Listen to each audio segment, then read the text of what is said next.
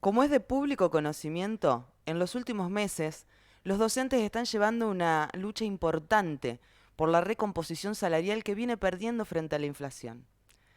Además, vienen poniendo el eje en la defensa de la educación pública. En los últimos días, el gobernador Omar Perotti cumplió con su promesa de hacer el descuento de los días de paro.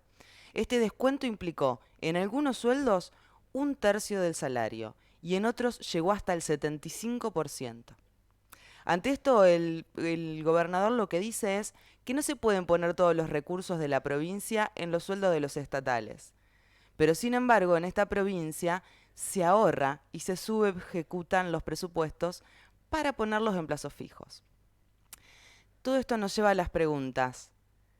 ¿Quiénes están defendiendo y sosteniendo hoy la educación pública? ¿Quiénes están garantizando ese derecho? ¿Quiénes pelean por la calidad de la educación?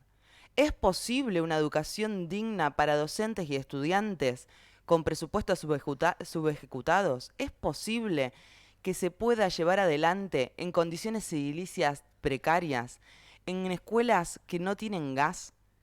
¿Es posible todo esto con salarios que están por debajo de la línea de pobreza? Para responder a todas estas preguntas y también poder pensar si esta educación que tenemos hoy es educación para la soberanía o es educación para la dependencia, para poder pensar si esta lucha salarial y por la educación pública que están llevando adelante las y los docentes tiene que ver con pensar otro modelo de país. Para responder todas estas preguntas y muchas más, contamos hoy con la presencia de Carolina Di Fiori.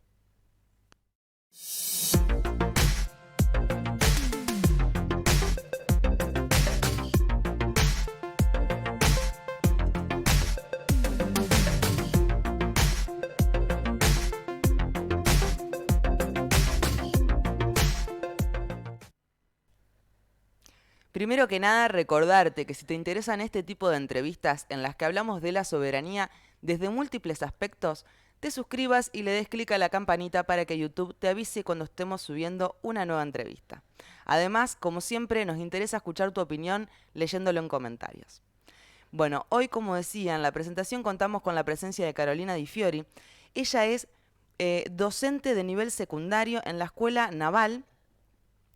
Es además secretaria de nivel técnico en AMSAFER Rosario y es integrante de la agrupación Mariano Moreno. Bienvenida, Carolina, ¿cómo estás? Hola, ¿cómo estás? Bien. Bueno, primero que nada, hacerte alguna pregunta para conocerte un poquito, que es algo que nos gusta hacer en este ciclo.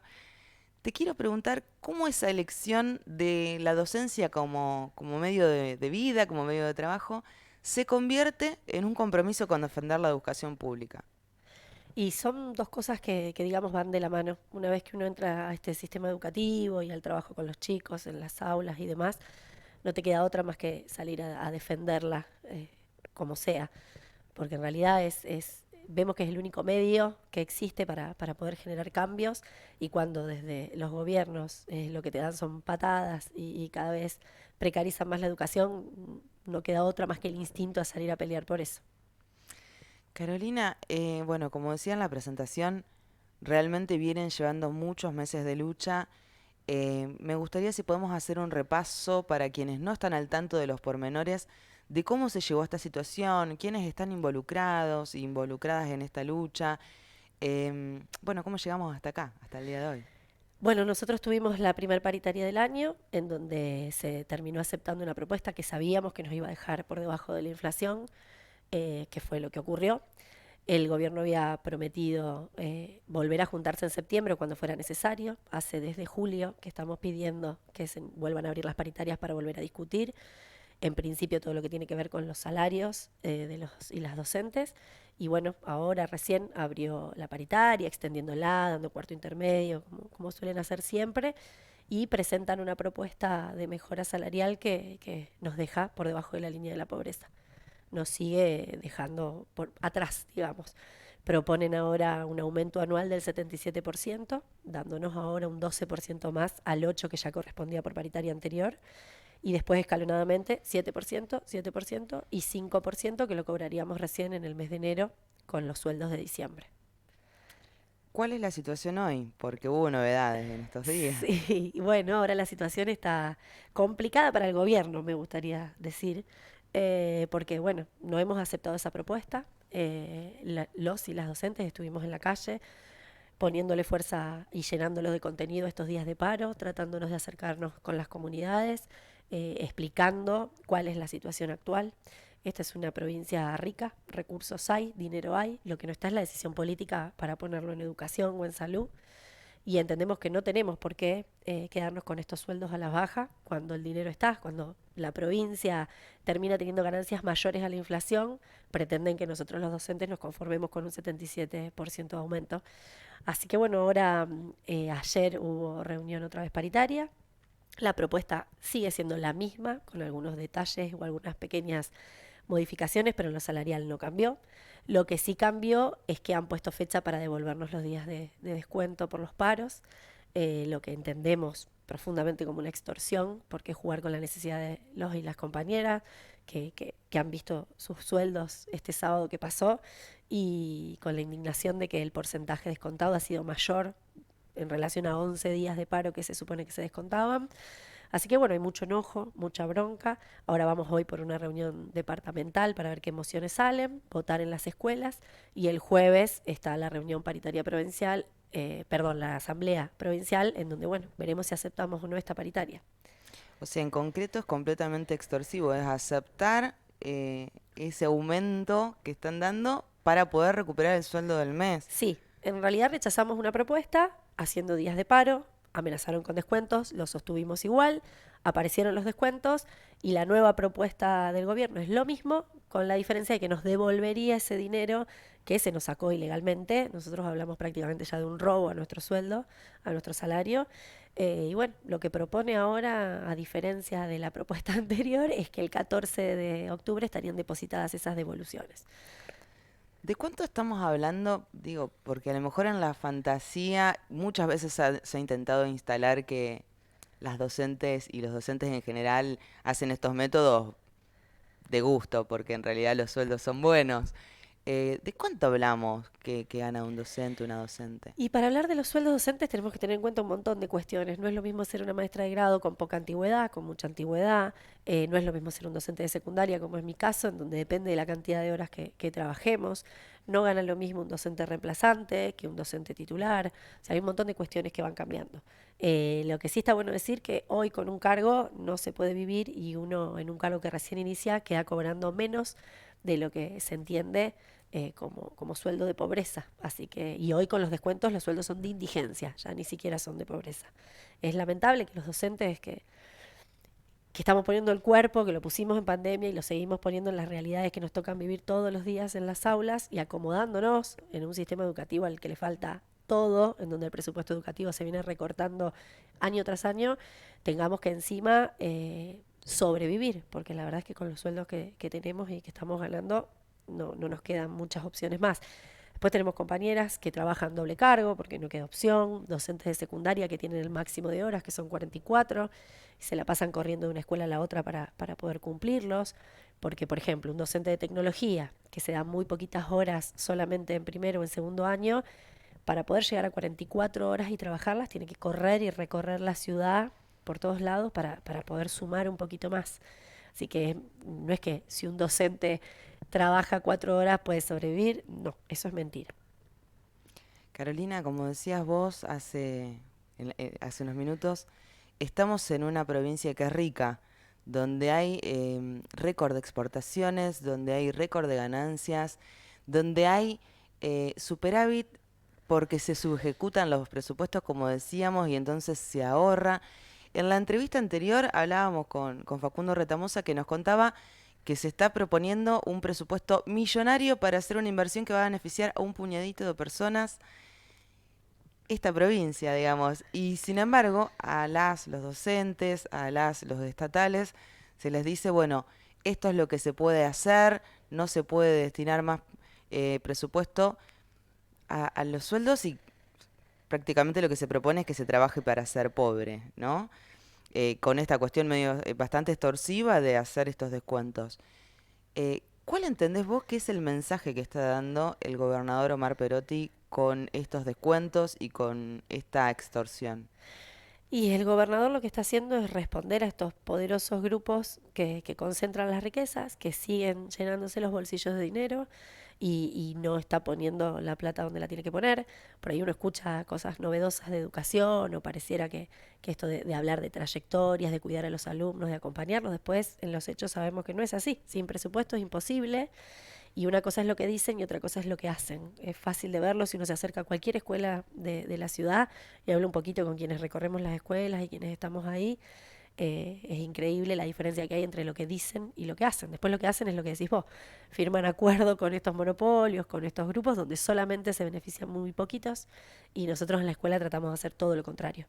Generar conciencia, que se pueda pensar cómo cambiar, empezar a valorar lo que es nuestro y avanzar en relación a eso y no que nuestros alumnos y alumnas crean que solamente lo único a lo que pueden acceder es a un trabajo o a, a algo mínimo cuando terminen el secundario. En realidad apelamos a mucho más y a poder construir y avanzar en eso y demostrar que hay otra manera de poder vivir y de repartir estas riquezas. En este proceso de lucha que ustedes vienen llevando adelante, cuando viajaron a la ciudad de Santa Fe, no esta vez sino la anterior, mientras ustedes estaban ahí en la plaza manifestándose junto a otros estatales, profesionales de la salud, el gobernador se estaba juntando con el embajador de Estados Unidos y estaba publicando fotos de los acuerdos y proyectos que tenían para el futuro. Fue en esos días que amenaza con este recorte, con sacarle una parte de los salarios si seguían con los paros. ¿Cómo se tomó el sector docente esta amenaza que luego se cumplió? Y en realidad mucha bronca. Lo que venimos sintiendo es mucha bronca que se pudo ver en las calles, que se pudo ver en las movilizaciones, en poder sostener estos días de paro a pesar de la amenaza, a pesar de ver los descuentos cargados desde Mi Legajo, que es la aplicación donde nosotros podemos ir viendo lo que va pasando. Mucha bronca, esto de sentir que, bueno, nos están dejando cada vez más chiquitos y con cada vez más ajuste y nada, se está priorizando a la gente que más tiene, a los pequeños grupos dominantes y que efectivamente vienen por todo y vienen por más. Entonces todas esas cuestiones van generando la bronca y la rabia de decir, bueno, che, hasta acá, ¿hasta dónde vamos a llegar? Por esto tenemos que pelear. Si no peleamos nosotros, ¿quién va a pelear? Y me parece que también eso se fue viendo en las comunidades educativas, en las familias y demás, porque fue una de las pocas veces en donde nos vimos muy acompañados por el tema de los paros, de poder sostenerlos, familias que mandaban mensajes de apoyo, entendiendo que había que luchar ahora. Así que eso fue bueno porque se contrapone con lo que está haciendo el gobernador. Y es que la educación pública la tenemos que defender entre todas, todos y todas. Es bueno que pueda haber ese protagonismo. Em, Te quiero preguntar puntualmente, porque en los últimos meses salió a la luz unos acuerdos que se firmaron entre la Bolsa de Comercio y el Ministerio de Educación de la provincia y otras entidades educativas. Este acuerdo se llama el Río Educa, donde, bueno, la Bolsa de Comercio tendría una participación en la educación de la provincia. Eh, Nosotros venimos viendo desde este ciclo de entrevistas que, bueno, la Bolsa de Comercio tiene un gran rol en lo que es el lobby para seguir privatizando el río Paraná. Entonces, la pregunta es, bueno, ¿qué sería ese río Educa? ¿De qué se trata este proyecto? ¿Qué alcances tiene? Y bueno, y sobre todo, ¿qué opinión te merece que una entidad como la Bolsa de Comercio tenga una injerencia en la educación pública? Nosotros en realidad del Río Educa y este contrato, esta especie de acuerdo que se firma entre el Ministerio de Educación y la Bolsa de Comercio y otras empresas más que están ahí en ese grupo, nos enteramos por los medios. La verdad que primero nos preocupó mucho y nos indignó mucho porque hay tanto para mejorar en educación y tanto para poder hacer que sea la Bolsa de Comercio quien vaya a enseñar a cuidar el medio ambiente, a hablar sobre los humedales, a cómo se debe utilizar correctamente el río y qué hacer con nuestro río, las ganancias, las riquezas, lo que hay ahí, que sea la Bolsa de Comercio, que es justamente quien se adueña de todo eso, lo hace propio y pareciera que deja de ser de todos para ser solamente de esos pequeños grupos que lo manejan, la verdad es que preocupa, indigna y enoja. El ministerio tendría que estar viendo cómo poner gas en las escuelas y no haciendo este tipo de convenios que en realidad lo, va para atrás, digamos, con lo que uno busca e intenta hacer desde las escuelas. Nosotros tratamos de enseñar a defender lo que es nuestro, a ver qué nos está pasando, cómo volver a recuperar lo que se perdió. ¿Y qué le van a enseñar estos grupos dominantes a nuestros alumnos? No creo que le vengan a enseñar eso, justamente lo contrario. Entonces, bueno, la verdad es que indigna, enoja, da mucha bronca. Nosotros como agrupación Mariana Moreno sacamos un documento expresando nuestra postura, también como AMSAFE. Tampoco sabemos a qué escuela va a tener alcances, porque eso lo va a decidir también la Bolsa de Comercio. La verdad es que no entendemos, no nos parece para nada ingenuo, ¿no?, lo que están Ujú. haciendo, pero sí nos da mucha bronca porque entendemos que va en contra de todo lo que venimos luchando y haciendo día a día desde cada una de las escuelas. Carolina, vos puntualmente trabajás en la Escuela Naval, En la en la técnica Técnica naval. Naval, Sí. que es una escuela que siempre ha tenido una importancia muy grande en la formación de trabajadoras y trabajadores, futuras trabajadoras y futuros trabajadores, de lo que es la industria naval, que es la industria más importante a nivel mundial, que bueno, nuestra ciudad ha tenido su momento de esplendor. Esta escuela en un momento funcionaba dentro del puerto de Rosario, hoy salió de ese lugar. Y bueno, en contraposición a una Rosario que tenía 3.000 personas trabajando, y con una perspectiva totalmente distinta, hoy esa no es la situación. Tenemos empresas multinacionales asociadas con algunas nacionales como Vicentín, con todo lo que eso implica, en el control de este puerto de Rosario. Y, y bueno, y aparentemente, bueno, ahora me contarás un poquito mejor, ¿no? Pero se ha desplazado un poco lo que es la educación con respecto a estos puntos tan estratégicos. Contanos un poquito cómo es eso y también me gustaría que nos puedas decir si vos entendés que las y los docentes tienen un rol en esa recuperación de estos aspectos de la soberanía tan importantes. Bueno, yo trabajo en la escuela naval, la técnica naval, tengo todas mis horas titulares prácticamente ahí. Es una escuela que lamentablemente no puede estar cerca del río ni en el puerto. Estuvo anclada en el puerto.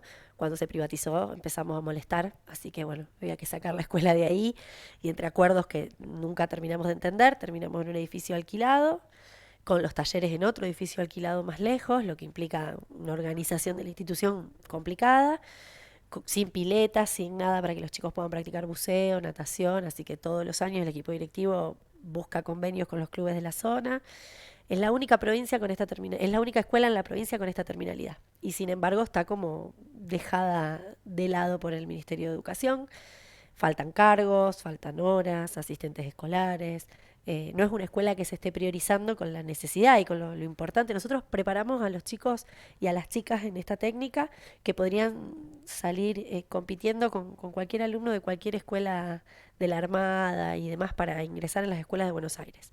O sea que la currícula armada está, todo está. Falta el presupuesto y que se aprueben proyectos y cuestiones que nos puedan permitir ponerlo en marcha.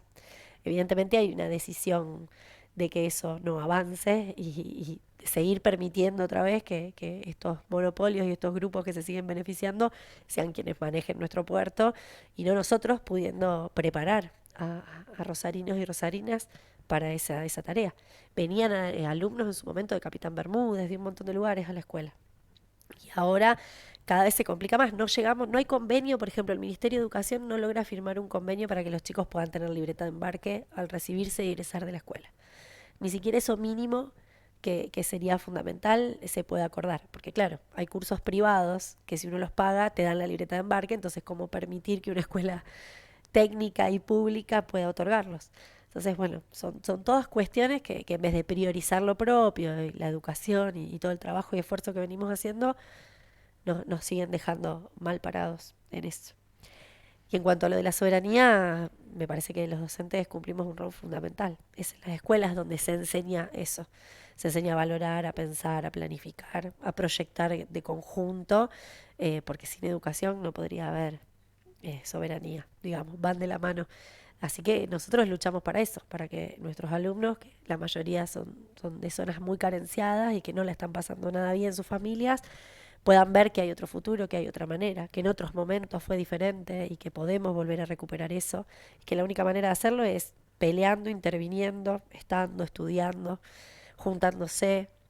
Así que bueno, vamos por eso en realidad. Bueno, primero que nada, Carolina, agradecerte porque creo que tus palabras dan respuesta a muchas de las preguntas que nos hacíamos. ¿Cuáles son los intereses que están en juego? ¿Cuáles son esas tensiones que están en juego? ¿Y quiénes están sosteniendo la educación pública y defendiéndola? Para cerrar, me gustaría que le puedas dejar unas palabras a quienes nos están mirando. Tal vez son docentes, tal vez son familiares de alumnos, tal vez son alumnas y alumnos. Me gustaría que puedas dejar un mensaje con respecto a cuál es el rol que puede cumplir la escuela para poder recuperar esa Argentina soberana, plenamente soberana que necesitamos. Em, y bueno, ¿y cuál es esa escuela? ¿Cuál es la escuela que necesitamos? Bueno, eso, decir que en la escuela pasan cosas maravillosas, que ahí es donde se gesta, ahí es donde se aprende a querer, a cuidar, a pelear por los derechos, por lo que corresponde, por lo que pensamos que tiene que pasar y que tiene que ser. Así que nada, que se acerquen, que los alumnos no dejen, que no desistan. Es complicado, sabemos que es muy complicado, pero bueno, ahí estamos los docentes y las comunidades educativas para tratar de contener, de acompañar, que estén muy atentos a todo esto que se muestra en los medios como novedoso, como mágico y divino, porque en realidad no es así, hay que ver qué hay detrás. Ningún cambio se puede dar sin presupuesto, sin poder discutirlo, sin que intervengan todas las partes. Entonces no es sencillo y nada, eso, estar más unidos, trabajando y en la escuela, que es lo importante, para poder dar pelea, que es lo que en este momento estamos demostrando los y las docentes de la provincia. Estamos dando pelea por nuestros derechos. Eso que aparece en las espaldas de los guardapolvos de que docente marchando también está enseñando, es real. Y así es, y así lo creemos y es con total convicción, la verdad. Muchas gracias, Carolina. A vos.